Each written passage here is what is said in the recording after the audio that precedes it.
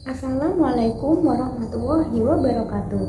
Yang terhormat Bapak Mamun Nasihi selaku dosen pengampu mata kuliah Manajemen Keuangan Lanjutan kelas D.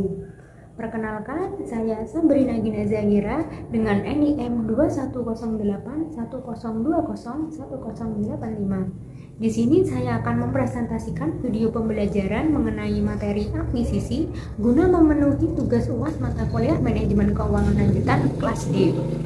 Nah, memasuki materi yang pertama, yakni pengertian akuisisi itu sendiri. Menurut PSAK atau Pernyataan Standar Akuntansi Keuangan, akuisisi atau acquisition merupakan suatu pemilikan usaha di mana salah satu perusahaan, yaitu pengakuisisi atau acquirer, memperoleh kendali atas aktiva itu dan operasi perusahaan yang diakuisisi dengan memberikan aktiva tertentu, mengakui suatu kewajiban, atau mengeluarkan saham. Sedangkan menurut Anggito Sudarman, akuisisi merupakan sebuah perjanjian di mana sebuah perusahaan membeli aset atau saham perusahaan lain dan para pemegang saham dari perusahaan lain menjadi sasaran akuisisi akan berhenti menjadi perusahaan.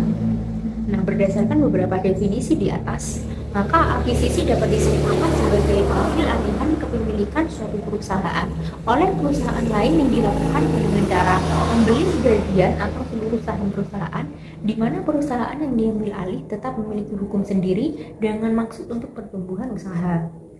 Nah, selanjutnya kita masuk ke materi manfaat akuisisi. Menurut Sapiro tahun 1991 dalam Christina tahun 2003, keuntungan atau manfaat akuisisi yang pertama, peningkatan tingkat pertumbuhan yang lebih cepat dalam bisnis sekarang daripada melakukan pertumbuhan secara internal. Lalu yang kedua, mengurangi tingkat dengan membeli beberapa badan usaha guna menggabungkan kekuatan pasar dan pembatasan persaingan. Manfaat yang ketiga, memasuki pasar baru penjualan dan pemasaran sekarang yang tidak dapat ditembus. Dan manfaat yang keempat, menyediakan manajerial skill, yaitu adanya bantuan manajer mengelola aset-aset badan usaha. Nah, memasuki materi selanjutnya, yakni kelebihan dan kekurangan akuisisi. Beberapa kelebihan pada sistem akuisisi. Yang pertama, adanya pengendalian yang besar atas saham dan aset perusahaan yang diakuisisi. Kelebihan yang kedua, tidak perlu mengurus banyak persyaratan, terutama yang berkaitan dengan badan hukum. Dan kelebihan yang ketiga, tetap mempertahankan perusahaan yang telah ada sebelumnya dengan mengambil alih perusahaan kompetitor. Sedangkan beberapa kekurangan pada sistem akuisisi, yang pertama, mengeluarkan biaya yang tinggi dalam proses legalitas. Yang kedua, akuisisi bisa gagal jika pemegang saham minoritas banyak yang tidak setuju. Dan kekurangan yang ketiga, perlunya pengawasan dan sistem yang baik agar perusahaan yang telah diakuisisi selaras dengan visi dan misi perusahaan yang mengakuisisi.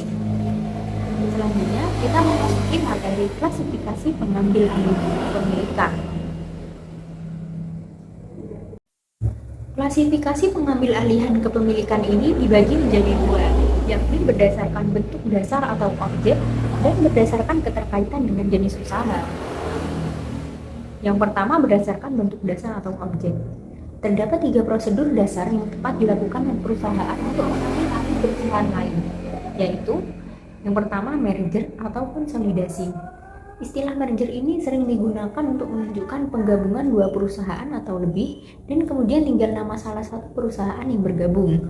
Sedangkan konsolidasi menunjukkan penggabungan dari dua perusahaan atau lebih dan dari perusahaan-perusahaan yang bergabung tersebut kemudian muncul nama baru dari perusahaan gabungan. Lalu yang kedua, akuisisi saham. Cara kedua untuk mengambil alih perusahaan lain adalah membeli saham perusahaan tersebut, baik dibeli secara tunai ataupun menggantinya dengan sekuritas lain, yaitu saham atau obligasi. Dan yang ketiga, akuisisi aset. Suatu perusahaan dapat mengakuisisi perusahaan lain dengan jalan membeli aktiva tetap perusahaan tersebut. Cara ini akan menghindarkan perusahaan dari kemungkinan memiliki pemegang saham minoritas yang dapat terjadi pada peristiwa pemerolehan saham. Pengambil alihan kepemilikan aset dilakukan dengan cara pemindahan hak kepemilikan aktiva-aktiva yang dibeli. Sedangkan berdasarkan keterkaitan dengan jenis usaha, yang pertama akuisisi horizontal. Pengambil-alihan kepemilikan yang dilakukan oleh suatu perusahaan atas perusahaan target yang memiliki bidang usaha yang sama, sehingga merupakan pesaing usaha, baik pesaing yang memproduksi produk yang sama maupun daerah pemasaran yang sama.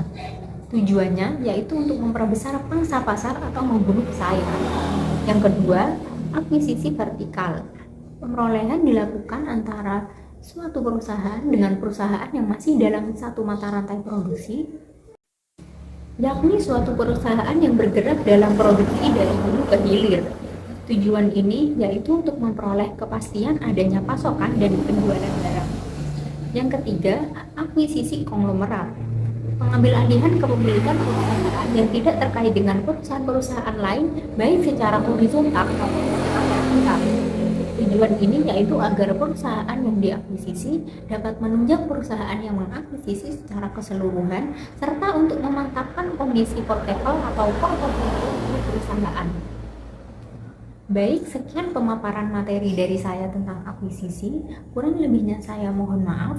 Wassalamualaikum warahmatullahi wabarakatuh.